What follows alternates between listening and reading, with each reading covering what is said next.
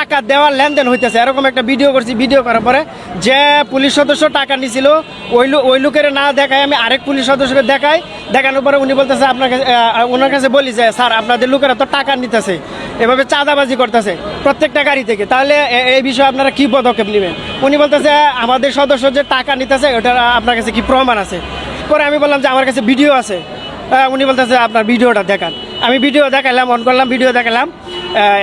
দুইটা পুলিশ সদস্য দাঁড়িয়ে আছে, কথা বলতেছে এবং পকেটে আইসা গাড়ি কন্ডাক্টর পকেটে হাত ঢোকায় টাকা দিয়ে দিছে এবং দৌড় দিয়ে গাড়িতে উঠছে।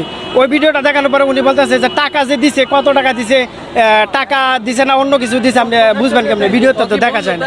আমি বললাম যে স্যার একজন লোকে আরেকজনের পকেটে আপনাদের পুলিশ সদস্য পকেটে হাত ঢুকাই দিছে, এটা তো এমনি ঢুকাই নাই, আমি তো আপনার পকেটে হাত ঢুকাইতে পারবো না এবং টাকা দিছে এটা আমরা দেখছি। এখন আপনারা বলতেছেন তাহলে আমি আর কি করার আছে, এখানে তো কিছু করার নাই।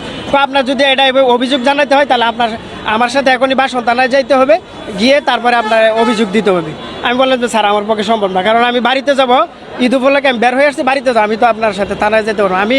আমার এটা নৈতিক দায়িত্ব, টাকা নিতেছে আপনাদের সদস্য, আমি আপনাদেরকে বললাম এখন আপনারা যদি ব্যবস্থা কোনো কিছু নিতে পারেন তাহলে আপনারা নেন।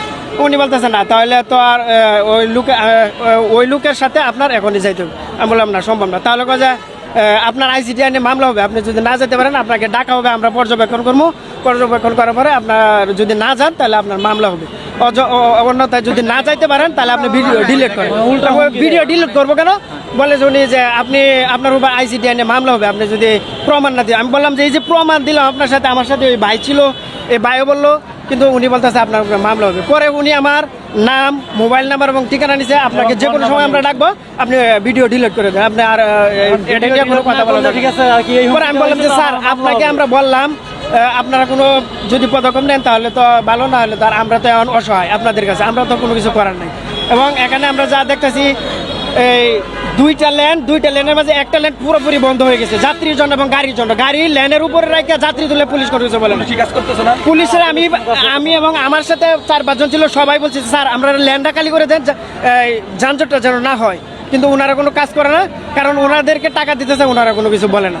একটা লেনে গাড়ি যায় এবং যানজট শুধুমাত্র তাদের সিন্ডিকেটের কারণে টাকা নিতেছে, চাঁদাবাজি এবং তাদের এই জনগণকে সিন্ডিকেট করে টাকা নেওয়ার কারণে জনগণ এখানে ভোগান্তিতে আছে।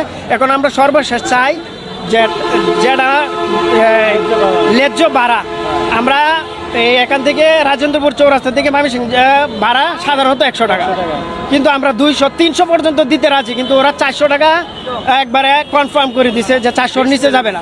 যাত্রীরা ভোগান্তি, গাড়িতে যাত্রী উঠতেছে না, বৃষ্টি দিনের অবস্থা খারাপ, এই জন্য যাত্রীরা সিন্ডিকেট করে টাকা নিতেছে। কি যাচ্ছেন? এখন আমরা চাইতেছি যে এখানে ন্যায্য মূল্যে প্রত্যেক যাত্রীকে নেওয়া হয় এবং গাড়িতে সিন্ডিকেট না হয়, পুলিশে যেন কোনোভাবে চাঁদাবাজি এবং এরকম সিন্ডিকেট না করতে পারে। আমরা এটা চাই, সাধারণ জনগণ আমরা ভোগান্তি চাই না।